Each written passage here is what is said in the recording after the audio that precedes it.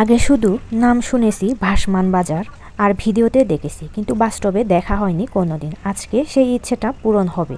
তো আজকে দেখা যাক ভাসমান বাজারে যেতে হলে প্রথমে কি কি করতে হবে। তার আগে প্রথমে বলে রাখি, পুরো ভিডিওটা না দেখলে আপনারা ইন্টারেস্ট পাবেন না, এই কারণে আপনাদের পুরো ভিডিওটা দেখতে হবে। ভাসমান বাজার বিভিন্ন জায়গায় আছে, যেমন আমাদের ইন্ডিয়াতে কাশ্মীরিতেও আছে, কিন্তু আমাদের ওখানে একবারও আমি ঘুরতে যাইনি। কিন্তু এখন আমরা যেখানে ঘুরতে যাচ্ছি এটা হচ্ছে থাইল্যান্ডের ভাসমান বাজার, মানে ফ্লোটিং মার্কেট। থাইল্যান্ডে যে ভাসমান বাজারটা অবস্থিত এটা হচ্ছে থাইল্যান্ডের একদম ব্যাংককের এখানে না, ব্যাংককেও মনে হয় আছে, তবে আমরা এটা জানি না।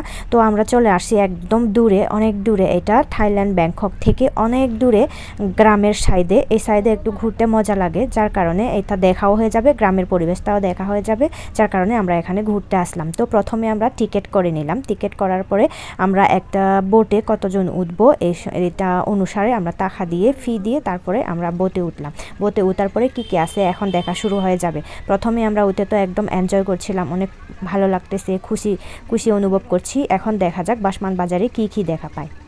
চলুন তাহলে প্রথমে কি দেখতে পেলাম বলুন তো। এগুলো কি, এই যে বিভিন্ন ধরনের জিনিসপত্র এখানে বিক্রি হয়, শুধু এখানে না, এই ভাসমান বাজারটা মানে এই ফ্লোটিং মার্কেটটা বিশাল বড়, অনেক বড়।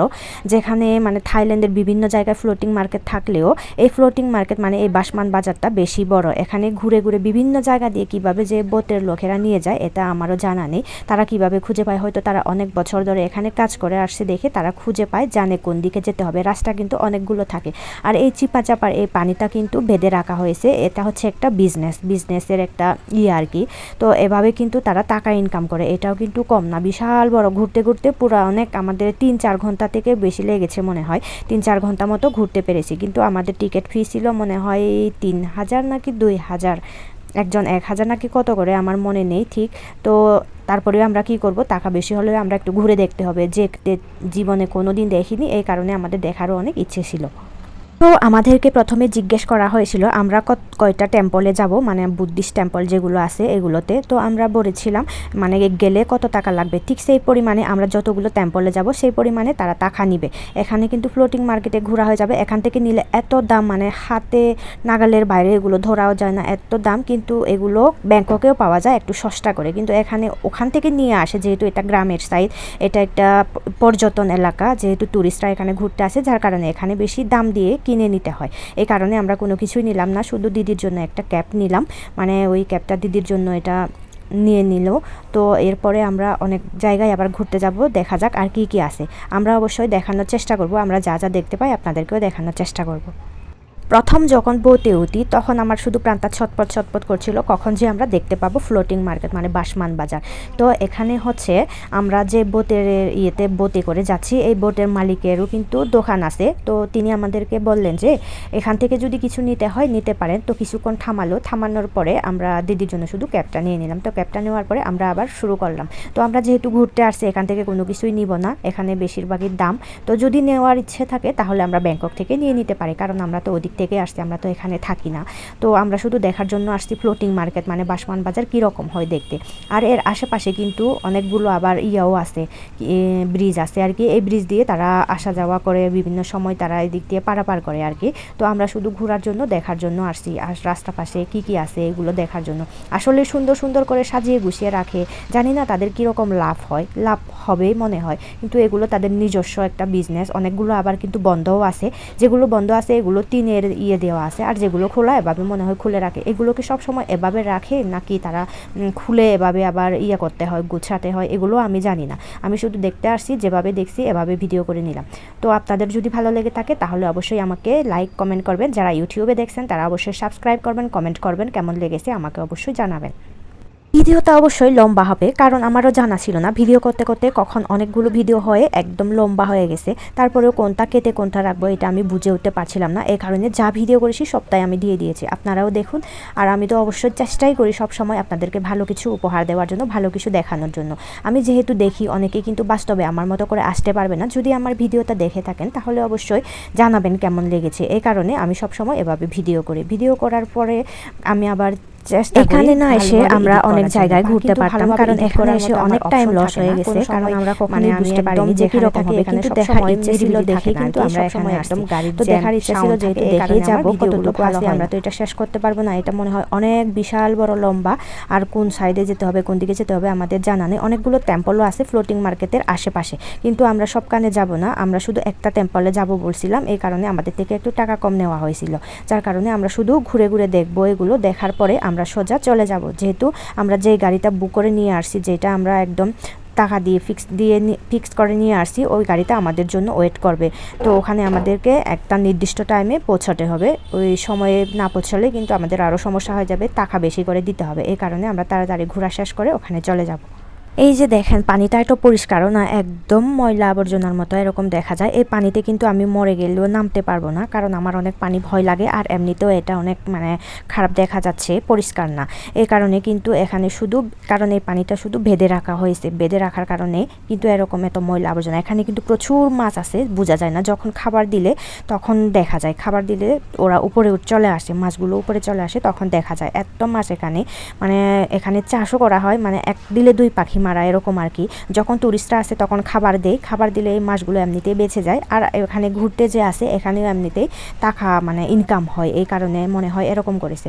এই যে আশেপাশে বাড়িঘরগুলো দেখতেছেন, এগুলো সবগুলো হচ্ছে দোকানপাট। আর এই আশেপাশে দোকানপাটের পাশাপাশি কিন্তু অনেকগুলো আছে, নারিকেল গাছ আর বিভিন্ন ধরনের গাছপালা আছে। এখানে বেশিরভাগ আমি দেখতে পেলাম কি নারিকেল গাছ বেশি করে রোপণ করে, বেশিরভাগের নারিকেলের অভাব থাকে না। আর এখানে নাকি নারিকেলগুলো যেখানে বেশি দেখা যায় এখান থেকে বাইরে দেশে করে আর কি, চালান দিয়ে দেয়, বাইরে দেশে পাঠিয়ে দেয় টাকা বেশি নেওয়ার জন্য। এটাকে একটা ইনকাম করে আর কি, বাইরের দেশ থেকে টাকা ইনকাম করার জন্য। এটাও একটা সুযোগ সুবিধা তাদের জন্য।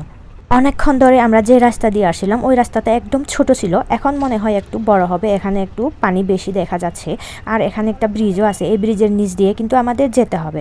আর বোটটা কিন্তু এত উঁচু না, এই কারণে এখানে ধাক্কা লাগবে না, ধাক্কা লাগার কোনো নেই, কারণ এই ব্রিজটাও একটু উপরের দিকে উঁচু আর আমাদের বোটটাও একটু নিচু, তাহলে যাওয়া যাবে। তো আমরা যদি দাঁড়িয়ে যেতাম তাহলে এখানে ধাক্কা লাগতো। এই যে আস্তে করে নিয়ে যাওয়া হয়, যে জায়গাগুলোতে একটু রিস্কি লাগে এগুলোতে একদম আস্তে করে যাওয়া হয়, আর যেগুলোতে একদম খোলামেলা এগুলোতে উড়ে উড়ে নিয়ে যায়।